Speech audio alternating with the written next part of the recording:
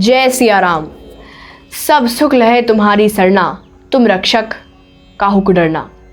श्री हनुमान जी भगवान श्री राम के सच्चे सेवक एवं दास हैं। स्वामी एवं दास का यह एक सर्वोत्कृष्ट उदाहरण है। श्री हनुमान जी का जो श्री राम के प्रति जो यह समर्पण का भाव है, यह कहीं और तलाश करना भी बहुत मुश्किल है। हम कई ऐसे संत महात्माओं से सुनते आते हैं या फिर कई ऐसी जगह पर हमें सुनने को मिलता है कि हनुमान जी की अगर हमें तुरंत कृपा प्राप्त करनी है, हनुमान जी को तुरंत प्रसन्न करना है, तो फिर सबसे पहले भगवान श्री राम का नाम लेना चाहिए। जब भी कभी हम हनुमान जी की पूजा शुरू करने से पहले अगर हम एक बार भी भगवान श्री राम का नाम ले लें तो उससे हनुमान जी बेहद प्रसन्न हो जाते हैं, तुरंत प्रसन्न हो जाते हैं और हमारे सभी संकटों को दूर कर देते हैं। इसके पीछे एक कथा काफ़ी प्रचलित है जो कि मैं आपको भी सुनाने जा रही हूँ, उसे ध्यान से सुनिएगा। और अगर आप हमारे चैनल पर नए हैं तो सब्सक्राइब करना ना भूलें और इस वीडियो को एंड तक ज़रूर देखिएगा, क्योंकि यह वीडियो काफ़ी स्पेशल है। इस बार जब सीता माता का रावण ने अपहरण कर लिया था, उस युद्ध को लड़ने के बाद, विजय प्राप्त करने के बाद जब राम जी, लक्ष्मण जी, हनुमान जी और माता सीता अयोध्या वापस लौट रहे थे और उसके बाद राम जी का जब राज तिलक हो गया, वह राजा बन गए, तो फिर उन्होंने हनुमान जी को बुलाकर कहा कि देखो, अब इस अयोध्या में कोई भी दुखी नहीं रहना चाहिए, सबके जीवन में खुशियां रहनी चाहिए और अगर कोई भी दुख में हो तो उसे उसकी सहायता करना अब तुम्हारा काम है। हनुमान जी तो स्वामी भक्त थे, तो उन्होंने विनम्र होकर कहा कि ठीक है प्रभु, मैं अब कोई भी भक्त आपका संकट में होगा तो मैं उसे बचाने के लिए जाऊंगा। कोई भी भक्त अगर आपका सबसे पहले नाम लेगा तो मैं उसके पास उसको बचाने के लिए चला जाऊंगा। मेरे रहते हुए आपको कहीं भी जाने की आवश्यकता नहीं है। उसके बाद से कोई भी अयोध्यावासी, कोई भी भक्त श्री राम जी का नाम लेकर उन्हें पुकारता था तो हनुमान जी वहाँ तुरंत आ जाते थे और उस भक्त को उसके संकटों से बाहर निकालते थे। अब इस काम में हनुमान जी को इतना आनंद आने लग गया था, इतना मज़ा आने लग गया था कि अगर कोई भक्त श्री हनुमान जी का नाम लेके उन्हें पुकारता था तो हनुमान जी उसके आवाज़ को नहीं सुन पाते थे। कई भक्त इससे निराश हो गए और रुष्ट हो गए। तब हनुमान जी ने इसका भी समाधान निकाला और कहा कि अगर पूजा के दौरान आप सबसे पहले मेरे स्वामी, मेरे आराध्य श्री राम जी का नाम लेकर फिर मेरा नाम पुकारेंगे तो मैं अवश्य आऊँगा। इसका मतलब यह है कि अगर आप पूजा करने बैठे हैं, पूजा के दौरान अगर आप सबसे पहले भगवान श्री राम का नाम लेंगे, उसके बाद हनुमान जी का नाम लेंगे, तो हनुमान जी भी अवश्य आएंगे और आपके सभी संकटों को दूर करेंगे। उसके बाद हनुमान चालीसा की जो बात आती है कि हनुमान चालीसा को पढ़ने से हमारे जीवन के सभी संकट दूर हो जाते हैं। आने वाले कई ऐसे अनुभव जो मैंने आपको भी सुनाए हैं प्रीवियस वीडियोस में, उसमें आपने यह सुना होगा कि हनुमान चालीसा का पाठ करने से सभी संकट दूर हो जाते हैं। 40 जो चौपाइयाँ होती हैं उसे पढ़ने से आपके जीवन में जितने भी संकट हैं वो दूर हो जाते हैं। तुलसीदास जी ने हनुमान चालीसा के प्रारंभ में एक दोहा लिखा है जो कि हम सभी उससे परिचित हैं। श्री गुरु चरण सरोज रज, निजमन मुकुर सुधारी, बरनौ रघुबर बिमल जसु, जो दायक फल चार। ये सरल शब्द में अगर मैं इसका अर्थ आपको समझाऊं तो श्री राम जी का बिमल जस गाने के बाद अगर हम हनुमान जी की आराधना करते हैं, हनुमान जी का नाम पुकारते हैं तो हनुमान जी अवश्य आते हैं। पर उससे पहले आपको उनके आराध्य श्री राम जी का नाम लेकर उन्हें पुकारना पड़ेगा, तभी हनुमान जी आपके सभी संकटों को दूर करने के लिए आएंगे। कई ऐसे भक्त हैं जो इसका रहस्य नहीं जानते हैं और हनुमान जी को पुकारने लग जाते हैं।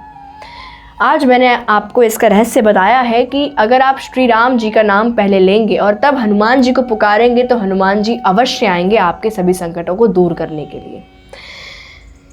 हनुमान चालीसा तो अपने आप में है ही स्वयं सिद्ध है और हनुमान चालीसा को पढ़ने से पहले अगर कोई भक्त श्री राम जी का गुणगान करता है, श्री राम जी के बिमल जस का गुणगान करता है, तो फिर हनुमान जी क्यों नहीं आएंगे? हनुमान जी तो बिल्कुल आएंगे, आपके सभी संकटों को दूर करने अवश्य आएंगे हनुमान जी। आप सभी भक्तों की हमेशा यह जिज्ञासा रहती है या फिर एक डिमांड रहती है कि हर वीडियो में कोई ना कोई एक छोटा सा उपाय आप सभी को बताया जाए जिससे कि आपके जीवन में सभी संकट दूर हो जाएंगे। तो आज भी मैं आप सभी के सामने एक उपाय बताने जा रही हूँ।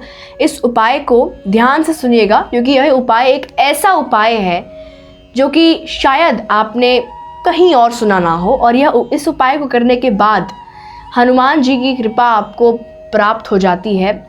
और जैसा कि इस उपाय को करने से पहले भी आपको राम जी का गुणगान करना पड़ेगा, उसके बाद ही आप इस उपाय को प्रारंभ करिए। और इस उपाय को करने के बाद आपके जीवन में जितने भी संकट हैं वह सब दूर हो जाएंगे। चाहे आज आप किसी भी संकट से जूझ रहे हो, चाहे वह पैसे की तंगी हो, या फिर आपको नौकरी रोजगार से संबंधित कोई परेशानी हो, या फिर गृह कलेश हो, कर्ज से मुक्ति पाने का कोई आप समाधान ढूंढ रहे हैं, तो यह उपाय सिर्फ और सिर्फ आपके लिए है। और अगर आपके जीवन में कोई कठिनाइयाँ नहीं है, आप सिर्फ हनुमान जी की कृपा प्राप्त करना चाहते हैं, हनुमान जी को प्रसन्न करना चाहते हैं, तो यह उपाय आपके लिए है, यह वीडियो आपके लिए है। तो इस उपाय को ध्यान से सुनिएगा। यह उपाय बेहद आसान है, बहुत सरल उपाय है, इसको कोई भी कर सकता है अपने घर पर। इसके लिए ज़्यादा आपको परेशान होने की ज़रूरत नहीं है। यह उपाय आपको प्रथम शनिवार से शुरू करना है। प्रथम शनिवार जो होगा महीने का, तब से आप उपाय शुरू करिए। और इस उपाय को आप 11 शनिवार कर सकते हैं या फिर 21 शनिवार कर सकते हैं, वह आपकी इच्छा है। जो प्रथम शनिवार होगा उस दिन आपको संध्या काल में आपको स्नान आदि क्रिया से निवृत्त होकर, संध्या काल में स्नान आदि क्रिया से निवृत्त होकर लाल वस्त्र पहनना है। जो स्वच्छ लाल वस्त्र आप पहन लें, उसके बाद अपने घर के मंदिर में आसन पर बैठ जाएं। और जो श्री राम दरबार की जो तस्वीर होती है, अगर आपके पास नहीं है तो उसे पहले खरीद लें। और जो श्री राम दरबार की जो तस्वीर होती है उसमें जो हनुमान जी विराजित होते हैं, उनको पहले पीले सिंदूर में चमेली का तेल मिलाकर, पीले सिंदूर में चमेली का तेल मिलाकर उसको मिश्रित कर हनुमान जी का तिलक करें।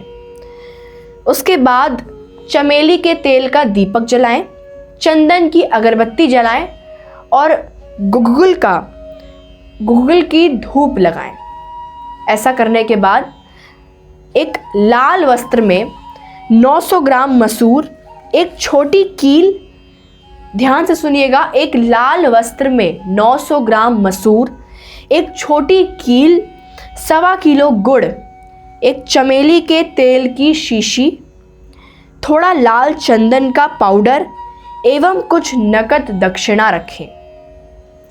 ठीक है। और साथ में आपको हनुमान जी को, अगर आपकी भोग लगाने की कुछ इच्छा है तो आपको हनुमान जी को साथ में भोग भी लगाना चाहिए, जो कि गुड़ और चने का भोग लगाएं तो ज़्यादा अच्छा रहेगा। और जो मैंने अभी बताया कि लाल वस्त्र में जो आपको सामग्री लेनी है, उसके बाद उसे हनुमान जी के सामने रखना है और हनुमान जी से प्रार्थना करनी है कि हे हनुमान जी, आप हमारे जीवन में सभी सुख हमें प्रदान करें, और ये संकट अगर हमारे जीवन में है इसे दूर करें और हमें सभी सुखों की प्राप्ति करवाएं। उसके बाद सुंदरकांड का पाठ करना है। अब बात आती है कि सुंदरकांड का पाठ करने के बाद जो ये लाल वस्त्र में जितनी भी सामग्री है, इसका करें क्या।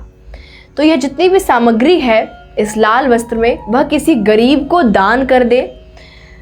ठीक है। और जो आपने जो भोग हनुमान जी को चढ़ाया था, उस भोग को परिवार के सदस्यों में बांट दे और खुद भी ग्रहण कर ले।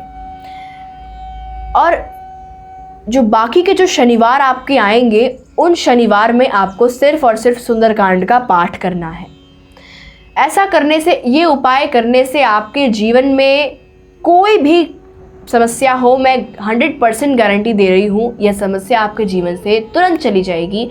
हनुमान जी तो वैसे भी क्षण भर में कृपा कर देते हैं। जैसा कि अभी मैंने आपको शुरुआत में बताया कि हनुमान जी कृपा पानी है, तो बस आप कुछ ना करें, सरल श्री राम जी का गुणगान करते रहें। हनुमान जी आपके जीवन में कोई संकट आने ही नहीं देंगे, और अगर आपके जीवन में संकट है तो उसे तुरंत दूर कर देंगे। जो भक्त आज श्री राम जी का गुणगान करते हैं और फिर हनुमान जी का गुणगान करते हैं, तो उनके जीवन में तो वैसे भी कोई संकट नहीं आते हैं। और अगर आपके जीवन में कोई संकट है तो हनुमान जी का यह उपाय करें। इस उपाय को करने के बाद आपके जीवन से 101% यह गारंटी है कि वह यह संकट आपके जीवन से ज़रूर जाएगा। और अगर आप सिर्फ हनुमान जी को प्रसन्न करना चाहते हैं तो भी आप यह उपाय कर सकते हैं। तो ऐसे हैं हमारे बजरंग बली। तो पिछले वीडियो में आप सभी के हमारे पास सही उत्तर प्राप्त हुए थे। उसमें से 3 लोगों के नाम को मैं शॉर्ट आउट करने वाली हूँ। सबसे पहली है संगीता जी, जो कि हमारे वीडियो को कैलिफोर्निया USA से देखती हैं। आपका बहुत बहुत धन्यवाद। हमारे भक्त हमें USA से भी देखते हैं, बहुत बहुत धन्यवाद आपका। उसके बाद है तक्षक शर्मा जी, आपका भी बहुत बहुत धन्यवाद। उसके बाद है जलाराम देवासी जी, जो कि बैंगलोर से हैं, आपका भी बहुत बहुत धन्यवाद। तो आज का जो प्रश्न है वह यह है कि हनुमान जी का संकट मोचन पाठ कौन सा है। हनुमान जी का संकट मोचन पाठ कौन सा है, इसका सही उत्तर हमें कमेंट बॉक्स में अवश्य दें। और साथ में अपना नाम और जिस स्थान से आप बिलोंग करते हैं वह भी अवश्य लिखें। और अंत में मैं आपसे यह कहना चाहती हूँ कि मेरा सभी भक्तों से निवेदन है कि आप आने वाले वीडियो में मुझे यह भी सजेस्ट करें कि आप सभी के लिए मैं आने वाले वीडियो में क्या बनाऊं। जैसे कि अगर आप कोई उपाय चाहते हैं तो मैं उस उपाय के बारे में चर्चा करूंगी, या फिर आपके कोई सवाल हैं, आपके कोई जिज्ञासाएं हैं जो आप मुझसे पूछना चाहते हैं, तो आप हमें कमेंट सेक्शन में लिखें। या फिर अगर आप अगले वीडियो में कोई हनुमान जी से जुड़ा चमत्कार देखना चाहते हैं, या फिर आप कोई उपाय जानना चाहते हैं, तो अगले आने वाले वीडियो में आप क्या देखना चाहते हैं, तो अगली वीडियो में मैं उसी हिसाब से आपके लिए एक नया वीडियो लेके आऊँगी। तब तक के लिए जय सिया राम।